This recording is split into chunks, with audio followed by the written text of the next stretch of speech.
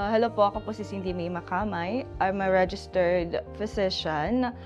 Just recently passed the board exam last year. Currently working dito sa RTR Hospital as a resident physician dito sa Internal Medicine Department.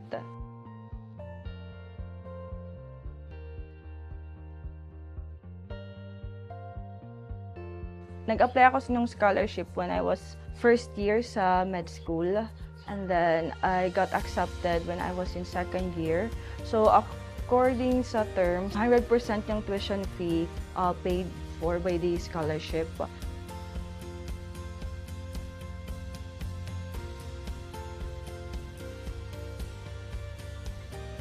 Malaking tulong po sa akin yung Martin Romualdez na medical scholarship. Yung family ko kasi, hindi namin talaga totally afford yung medicine because sari-sari store kasi yung work ng both parents ko.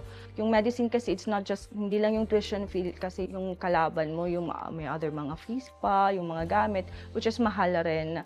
Para sa akin, malaki talaga yung tulong nito kasi hindi nahirapan yung family ko para ma-pursue yung pangarap ko na maging doctor.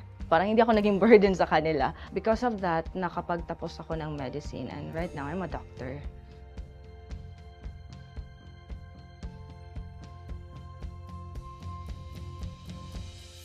Yung motivation ko po, I really just want to help other people po. Yung current setting kasi is marami yung gaps sa healthcare. Marami yung kulang na doctors. Yung ability ko would be better if I can serve other people po. Gusto ko pong mapasalamat sa opportunity na bigay po sa akin. We were 120 in our class and I was the only one who got the 100% scholarship. So I was really grateful for that.